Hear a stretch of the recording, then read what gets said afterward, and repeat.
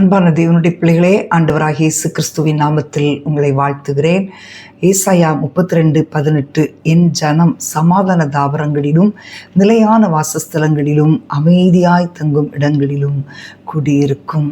நாம் குடியிருக்கிற வீடு, நம்முடைய எல்லை, நம்முடைய குடும்பம் எப்படி இருக்கிறது அப்படின்னு நம்ம யோசித்து பார்த்தோம்னா, அமைதியாக இருக்குதா, சமாதானமாக இருக்குதா அப்படின்னா அது நிறைய குடும்பங்களில் அது இல்லை.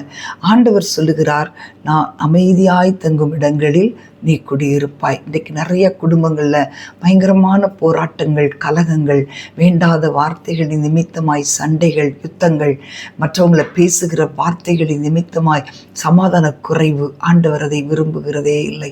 நம்முடைய ஆண்டவர் சமாதானத்தின் தேவன். அவருக்கு சமாதான பிரபு என்று ஒரு பெயர் உண்டு. அவர் சமாதான கர்த்தர். நம்முடைய குடும்பங்களில் சமாதானமாய் வாழ வேண்டும் என்பதைத்தான் ஆண்டவர் விரும்புகிறார்.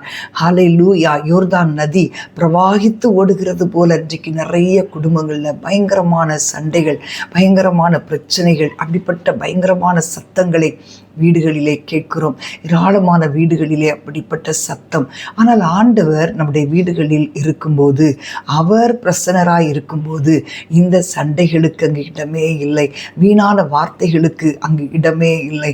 நம்முடைய வீடுகள் சமாதானமான வீடுகளாய், அமைதியாய் தங்கும் இடமாய் ஆண்டவர் நம்முடைய வீடுகளை மாற்ற விரும்புகிறார். தாவீதுடைய நாட்களில் பயங்கரமான யுத்தங்கள். ஆனால் சாலமோன் ஆட்சிக்கு வரும்போது ஆண்டவர் அந்த காரியத்தை அப்படியே புரட்டி போட்டு ஒரு மிகுந்த அமைதலை கர்த்தர் கட்டளையிட்டார்.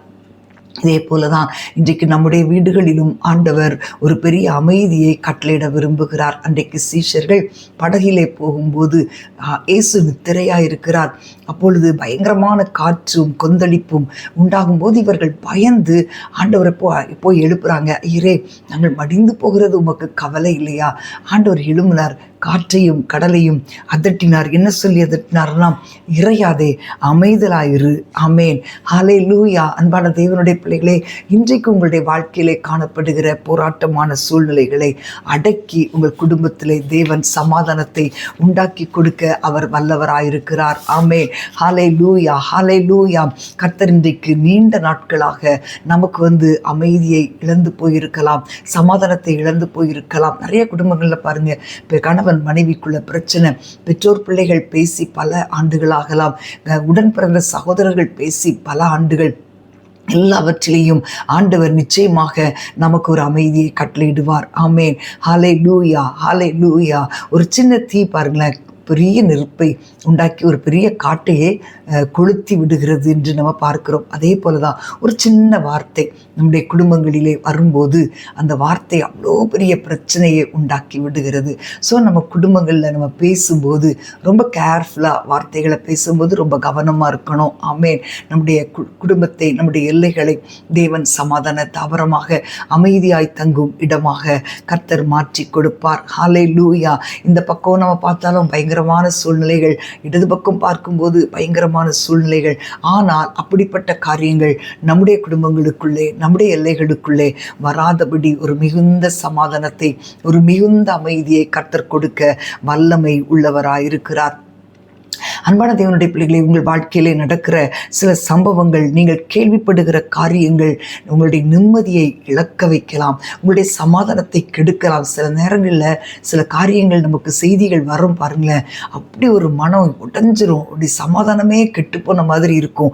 ஆனால் அப்படிப்பட்ட அந்த சமாதானத்தை குறைச்சலை, அந்த சமாதான குறைச்சலை நீக்கி நம்முடைய ஆண்டவர் நமக்கு அமைதியை கட்டளையிடுகிற தேவன். என் ஜனம் சமாதான தாவரங்களிலும் அமைதியாய் தங்குகிற இடங்களிலும் கூடியிருக்கும். இன்றைக்கு நம்முடைய குடும்பங்களில் காணப்படுகிற யுத்தங்களை கர்த்தர் ஓயச் செய்து, மறைவிடங்களில் இருக்கிற பொல்லாத சத்துருவின் தீமைகளுக்கு நம்மை விலக்கி பாதுகாத்து நம்முடைய குடும்பங்களில் ஆண்டவர் ஒரு அமைதியை கட்டளையிட விரும்புகிறார். நாம் ஜெபிப்போமா?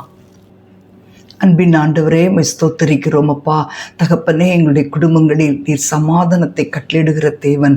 ஆண்டவரே, நாங்கள் சமாதான தாபரங்களில் குடியிருப்பதை நீர் விரும்புகிறீரப்பா. ஆண்டவரே, ஆனால் சில சமயங்களில் நாங்கள் கேள்விப்படுகிற காரியங்கள், நடக்கிற காரியங்கள் எங்களுடைய நிம்மதியை கெடுக்கிறதப்பா, எங்களுடைய சமாதானத்தை இழக்க வைக்கிறது. ஆண்டவரே தகப்பனே, நீர் அந்த யுத்தங்களை எல்லாம் அடக்கி ஓயச் செய்து அமைதியை கட்டளையிடுகிற தேவனப்பா. ஆண்டவரே, எங்களுக்கு பிரவாகித்து வருகிற எவ்வளோ பெரிய யோர்தானா இருந்தாலும் அதன் அலைகளை நீர் அடக்கி ஆண்டவரே எங்களுக்கு கொந்தளிப்பை அமர்த்தி அமைதலை கட்டளையிடுகிற தேவன் நீங்க ஆண்டவரே. அப்பாமை ஸ்தோத்தரிக்கிறோம். மறைவிடங்களில் இருந்து எங்களுக்கு விரோதமாய் எய்யப்படுகிற அம்புகளை என் ஆண்டவர் தடுத்து நிறுத்தி தகப்பனே ஒரு சமாதானமான நிலைமையை எங்களுடைய வீடுகளில் எங்களுடைய எல்லைகளில் என் ஆண்டவர் கட்டளிடுகிறதற்காக ஸ்தோத்திரம் அப்பா. உங்களுடைய கரத்தில் ஒப்புக் கொடுக்கிறோம் இயேசுவின் நாமத்தில் பிதாவே. ஆமேன், ஆமேன். அன்பான தேவனுடைய பிள்ளைகளே, இன்றைக்கு ஒருவேளை உங்களுடைய குடும்பத்தில் காணப்படுகிற செய்திகள் உங்கள் இருதயத்தை கலங்க வைக்கலாம், உங்கள் நிம்மதியை கெடுக்கலாம். ஆண்டவரை மட்டும் நோக்கி பாருங்க. கர்த்தர் உங்களுடைய வாழ்க்கையில ஒரு மிகுந்த அமைதியை கட்டளையிடுவார். God bless you.